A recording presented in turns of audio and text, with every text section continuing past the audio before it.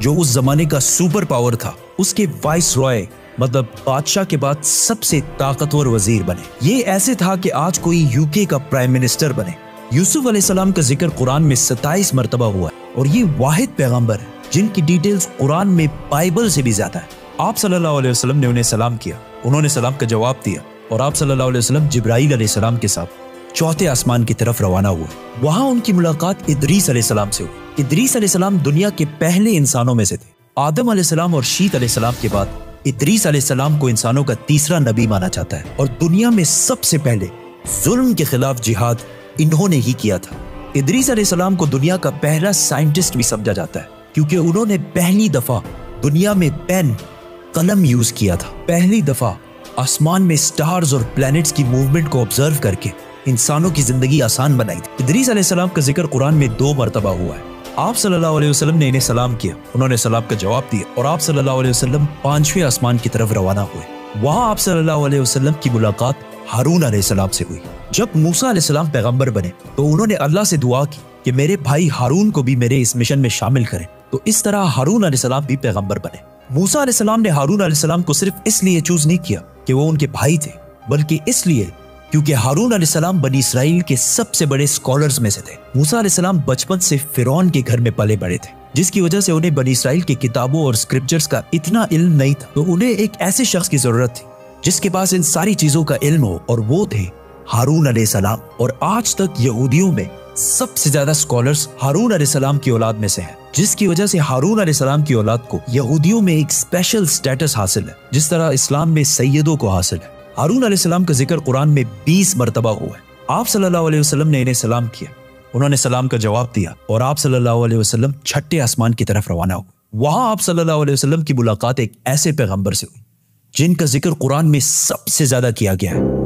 136 Times, کیونکہ موسیٰ علیہ السلام کی سٹوری کو آج تک دنیا کی سب سے زیادہ انٹرسٹنگ اور آؤٹ اسٹینڈنگ سٹوری سمجھا جاتا ہے، اور آج بھی بکس، کامکس اور ایون ہالی ووڈ کی سب سے بڑی فلمز موسیٰ علیہ السلام کی سٹوری سے کہیں نہ کہیں انسپائرڈ ہوتی ہیں، جیسے کہ Superman, Harry Potter and many ادرس۔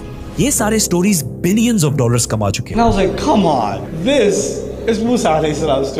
ہوا ایسے کہ جب یوسف علیہ السلام مصر کے پرائم منسٹر بنے تو انہوں نے اپنے 11 بھائیوں کو بھی ایجپٹ میں آباد کیا اور کافی جنریشنز تک وہ ادھر ہی رہے، اور آہستہ آہستہ وہ ایجپٹ کے سب سے اسٹرانگ اور رچ کمیونٹی بنے ایز یوزول۔ لیکن یہ دیکھ کر مصر کے لوگ ان سے ڈرنے لگے اور انہوں نے بنی اسرائیل پر ظلم کرنا شروع کیا اور آخر سارے یہودیوں کو غلام بنا دیا، اور بنی اسرائیل مصر والوں کے 400 سال تک غلام رہے، جس میں انہوں نے ان پر بہت ظلم کیے۔ آخر 400 سال بعد موسیٰ علیہ السلام کے ذریعے اللہ نے بنی اسرائیل کو فرعون کی غلامی سے نکال دیا۔ وہاں سے آپ صلی اللہ علیہ وسلم 7ویں اور آخری آسمان پہنچے، جہاں ان کی ملاقات ان کی great great great grand father سے ہوئی، حضرت ابراہیم علیہ السلام۔ پچھلے ہزاروں سال سے دنیا کے سب سے بڑے ریلیجنز ابراہیمک ریلیجنز رہے ہیں، اور آج بھی دنیا کی 60% آبادی انہی ابراہیمک ریلیجنز کو فالو کرتی ہے، اور ہر دن 5 وقت کی نمازوں میں مسلمان ابراہیم علیہ السلام کے لیے اسپیشل دعا کرتے ہیں۔ اس کے بعد آپ صلی اللہ علیہ وسلم سدرۃ المنتہا کے پاس پہنچے۔ وہاں آپ صلی اللہ علیہ وسلم کو بیت المعمور دکھایا گیا، جس کا ہر دن 70,000 نئے فرشتے طواف کرتے ہیں۔ سدرۃ المنتہا آخری باؤنڈری ہے، وہ آخری حد ہے، مخلوق کوئی اس سے آگے نہیں جا سکتی۔ لیکن رسول اللہ صلی اللہ علیہ وسلم کو اجازت تھی، اسی لیے وہ جبرائیل علیہ السلام کو چھوڑ کر اکیلے آگے بڑھے اور اللہ کے دربار میں حاضر ہوئے۔ آپ صلی اللہ علیہ وسلم سے بعد میں صحابہ نے پوچھا کہ کیا آپ نے اندر اللہ کو دیکھا؟ تو آپ صلی اللہ علیہ وسلم نے کہا کہ میں کیسے دیکھتا، وہاں نور، لائٹ کا پردہ تھا۔ یہاں اس اتنے عظیم سفر کا اصلی مقصد ظاہر ہوا۔ یہاں اسلام کا سب سے بڑا حکم مسلمانوں پر فرض ہوا، نماز، جو پچھلے 1400 سال سے پورے دنیا کے کونے کونے میں ادا ہو رہی ہے۔ اس سے پہلے نماز فرض نہیں ہوئی کیونکہ مکہ میں مسجد بنانا امپاسبل تھا، لیکن آسمانوں کے اس سفر کے بعد مسلمانوں نے مدینہ کی طرف ہجرت کی اور وہاں اسلام کی پہلی مسجد بنائی، اور اسی نماز کی وجہ سے مدینہ میں ایک ایسی ڈسپلنڈ اور مضبوط کمیونٹی بنی جس نے آگے جا کے کچھ ہی سالوں میں رومن اور پرشین امپائر، 2 بڑی سپر پاورز کو فتح کر لیا۔ اس وقت آپ صلی اللہ علیہ وسلم پر 50 نمازیں فرض ہوئی۔ جیسے ہی آپ صلی اللہ علیہ وسلم وہاں سے روانہ ہوئے، ان کی ملاقات موسیٰ علیہ السلام سے ہوئی۔ موسیٰ علیہ السلام نے ان سے کہا کہ آپ کی امت 50 نمازیں کبھی بھی ادا نہیں کر سکتی، تو آپ اللہ کے دربار میں واپس جائیں اور ان سے اسے کم کرنے کی ریکویسٹ کر۔ صحیح بخاری میں ہے کہ رسول اللہ صلی اللہ علیہ وسلم واپس گئے اور اللہ سے ریکویسٹ کی، جس پر اللہ نے نمازیں 50 سے کم کر کے 40 کر دی۔ آپ صلی اللہ علیہ وسلم واپس موسیٰ علیہ السلام کے پاس گئے تو انہوں نے کہا کہ 40 بھی امپاسبل ہے، واپس جا کر اللہ سے ریکویسٹ کریں کہ وہ 40 سے بھی کم کریں۔ اور اس طرح تھوڑا آنا جانا چلتا رہا اور آخر نمازیں 5 پر فکس ہوئی۔ لیکن موسیٰ علیہ السلام نے پھر آپ صلی اللہ علیہ وسلم کو کہا کہ آپ کی امت 5 نمازیں بھی دن میں ادا نہیں کر سکتی، لیکن آپ صلی اللہ علیہ وسلم نے کہا کہ اس کے بعد اللہ سے نمازیں اور کم کرنے میں مجھے شرم آتی، میں 5 نمازوں پر راضی ہوں۔ آپ صلی اللہ علیہ وسلم کو اس سفر میں جنت، دوزخ اور گنہگار لوگوں کی سزائیں سب دکھائی گئی۔ آخر آپ صلی اللہ علیہ وسلم جروسلم واپس بیت المقدس پہنچے اور وہاں سے واپس مکہ کی طرف روانہ ہوئے۔ راستے میں انہیں ایک قافلہ دیکھا جن کا ایک اونٹ ان سے بھاگ گیا تھا۔ جیسے ہی آپ صلی اللہ علیہ وسلم واپس مکہ پہنچے تو مکہ والے سارے سو رہے تھے، which means یہ سارا کچھ آپ صلی اللہ علیہ وسلم نے ایک ہی رات میں کیا تھا۔ اب یہ کیسے پاسبل ہے؟ آئنسٹائن کی تھیوری آف ریلیٹیوٹی کے مطابق What is time? Time is not absolute, Time is not absolute. جس کا مطلب ہے کہ اگر ایک شخص تیز موو ہو رہا ہے اور دوسرا اپنی جگہ پر کھڑا ہے تو یہ دونوں ٹائم کو بالکل ڈیفرنٹ محسوس کریں گے، اور اگر کوئی لائٹ کے سپیڈ کے قریب ٹریول کرے تو اس کے لیے ٹائم بہت ہی سلولی پاس ہوگا۔ And as we know, Buraq کا نام ہی اس کی لائٹننگ سپیڈ کی وجہ سے رکھا گیا ہے، اسی لیے آپ صلی اللہ علیہ وسلم کے لیے یہ رات بہت لمبی تھی اور باقی ساروں کے لیے یہ ایک نارمل رات تھی۔ جیسے ہی آپ صلی اللہ علیہ وسلم مکہ واپس پہنچے، ان کو پتا تھا کہ اگر وہ یہ ساری باتیں مکہ والوں کو بتائیں گے تو مکہ والے ان کا بہت مذاق اڑائیں گے، لیکن آپ صلی اللہ علیہ وسلم نے ساروں کو کلیئرلی کمپلیٹ سٹوری سنا دی، جس کی وجہ سے مکہ والوں نے ان کا بہت مذاق اڑایا اور آپ صلی اللہ علیہ وسلم سے بیت المقدس کے بارے میں کوسچنز پوچھنے لگے، کیونکہ ان کو پتا تھا کہ اس سے پہلے آپ صلی اللہ علیہ وسلم بیت المقدس کبھی بھی نہیں گئے۔ لیکن اسی ٹائم آپ صلی اللہ علیہ وسلم کی میموری کو اور سٹرونگ کرنے کے لیے اللہ نے بیت المقدس کو آپ صلی اللہ علیہ وسلم کے سامنے پیش کیا، اسی طرح جس طرح آپ اس ٹائم یہ ویڈیو دیکھ رہے ہیں۔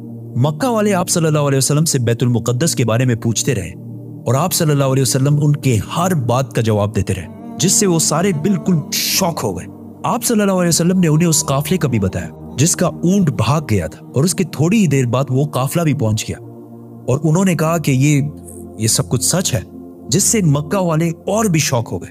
لیکن یہ ایسا واقعہ ہے کہ جسے آج بھی اور اس زمانے میں بھی ماننا بہت ہی مشکل تھا، جس کی وجہ سے کچھ کمزور ایمان والے مسلمان بھی اسلام سے پھر گئے، اور آپ صلی اللہ علیہ وسلم کے دوست جنہوں نے آپ صلی اللہ علیہ وسلم کو پناہ دی تھی، انہوں نے بھی آپ صلی اللہ علیہ وسلم کی بات نہیں مانی۔ لیکن جب ابو بکر رضی اللہ تعالیٰ عنہ کو اس کا پتہ چلا تو انہوں نے کہا کہ اگر رسول اللہ صلی اللہ علیہ وسلم نے کہا ہے تو یہ یقیناً بالکل سچ بات ہوگی، جس پر ان کا نام اس دن سے ابو بکر الصدیق پڑا۔ یہ سفر کوئی معمولی سفر نہیں تھا، بلکہ اس نے اسلام کی سخت دن ختم کر کے اسلام کے عروج کے دن شروع کیے، اور اس سے اگلے ہی سال مدینہ سے 72 لوگ آپ صلی اللہ علیہ وسلم کو اپنے بادشاہ اور لیڈر کے طور پر مکہ سے مدینہ کی طرف لے جانے کے لیے ہے۔